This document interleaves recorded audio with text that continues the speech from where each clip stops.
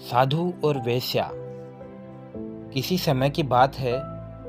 एक घना जंगल था जिसके किनारे एक प्रसिद्ध आश्रम था। वहां पर एक सिद्ध साधु महात्मा रत्नागिरी निवास करते थे। वे अत्यंत तपस्वी और संयमी थे। उनका जीवन तप साधना और सेवा में बीतता था। दूर दूर से लोग उनके दर्शन करने और उनसे ज्ञान प्राप्त करने आते थे। उसी राज्य में एक बड़े नगर में एक प्रसिद्ध वेश्या सुंदरी रहती थी।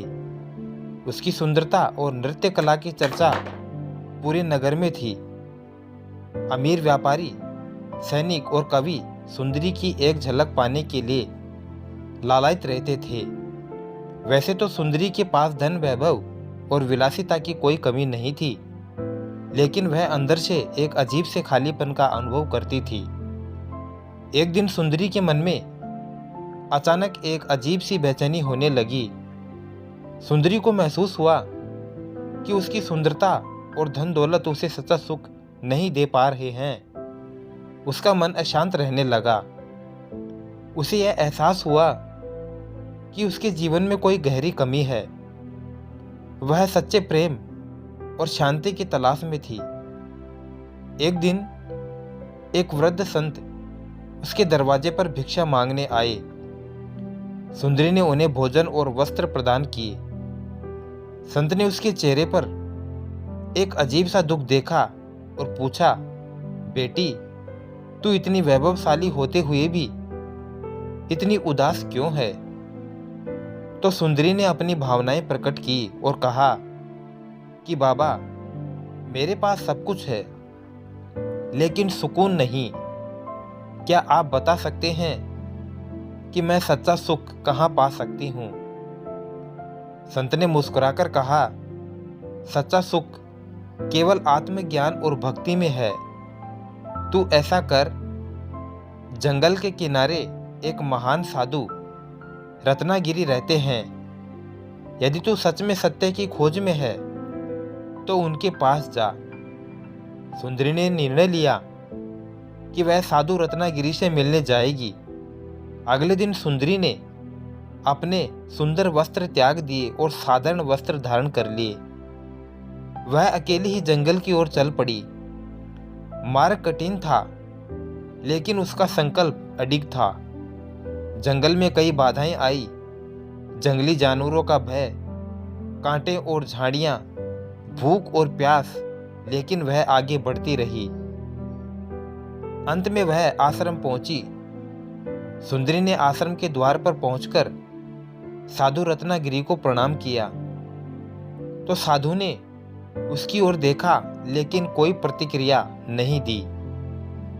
उन्होंने उसे पहचान लिया कि वह इस नगर की प्रसिद्ध वेश्या है, लेकिन उन्होंने कोई प्रश्न नहीं किया।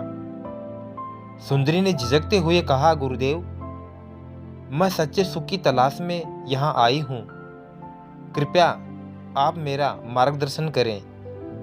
साधु ने गहरी दृष्टि से उसकी ओर देखा और कहा, तू यहाँ क्यों आई है, यह तुझे स्वयं जानना होगा।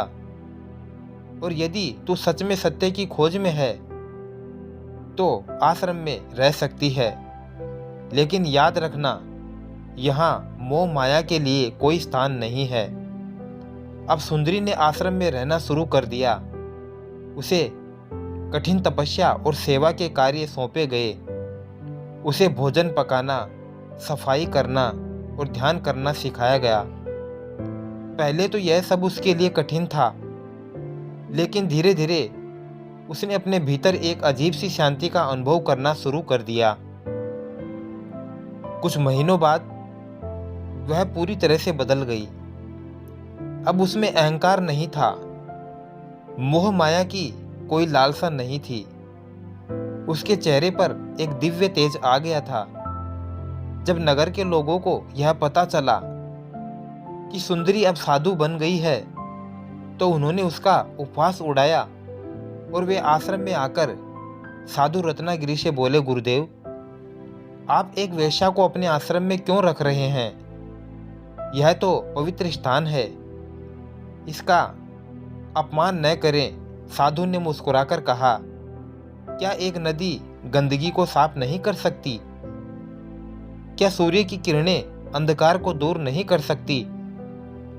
सुंदरी अब पहले जैसे नहीं रही जो पहले थी। अब वह आत्मज्ञान की राह पर है। यदि तुम लोग उसे उसके अतीत के कारण दंड दोगे तो क्या तुम्हारा भविष्य उज्जवल रहेगा? इस बात पर लोग निरुत्तर हो गए। सुंदरी ने वर्षों तक आश्रम में रहकर साधना की। अब वह केवल नाम की ही नहीं बल्कि सच्चे अर्थों में भी साध्वी बन गई थी। एक दिन उसने ध्यान करते समय अद्वितीय अनुभव किया। उसे आत्मज्ञान की झलक मिली तो उसने साधु रत्नागिरी से कहा, गुरुदेव, अब मैं जाना चाहती हूँ। इस संसार में लोगों को सही राह दिखाना चाहती हूँ। तो साधु ने भी इस बात पर सुंदरी को आशीर्वाद देते हुए कहा कि जा, तू अब स्वयं प्रकाश बन चुकी है। जो ज्ञान तुझे मिला है उसे संसार में बांट। इसके बाद सुंदरी नगर नगर घूमकर लोगों को जीवन का वास्तविक अर्थ समझाने लगी। उसकी वाणी में शक्ति थी क्योंकि वह स्वयं अंधकार से प्रकाश तक का सफर तय कर चुकी थी। धीरे धीरे लोग उसे संत सुंदरी के रूप में जानने लगे। कुछ वर्षों बाद सुंदरी ने समाधि ले ली, लेकिन उसकी कथा आज भी लोगों को यह सिखाती है कि अतीत चाहे जैसे भी हो, मनुष्य अपनी सच्ची राह चुन सकता है और आत्मज्ञान प्राप्त कर सकता है। और दोस्तों, यह कहानी हमें भी सिखाती है कि किसी का अतीत उसका भविष्य निर्धारित नहीं करता। यदि आत्मा की पुकार सच्ची हो तो व्यक्ति किसी भी परिस्थिति से उठकर दिव्यता को प्राप्त कर सकता है। तो दोस्तों, कैसी लगी ये वीडियो? अगर अच्छी लगी हो तो एक लाइक करें और साथ ही साथ चैनल को सब्सक्राइब कर बेल आइकन जरूर प्रेस कर लें ताकि आने वाले नई वीडियो की नोटिफिकेशन आप तक सबसे पहले पहुंच जाए। वीडियो को अंत तक देखने के लिए आपका दिल से बहुत बहुत धन्यवाद। जय श्री श्याम।